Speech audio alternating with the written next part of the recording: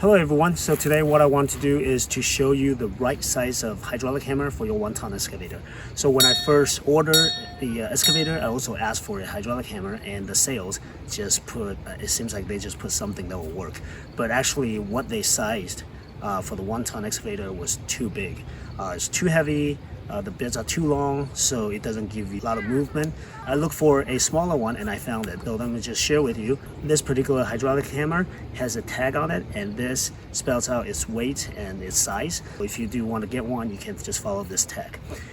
In the video here you see I'm just using it, operating it, and it has very good weight ratio.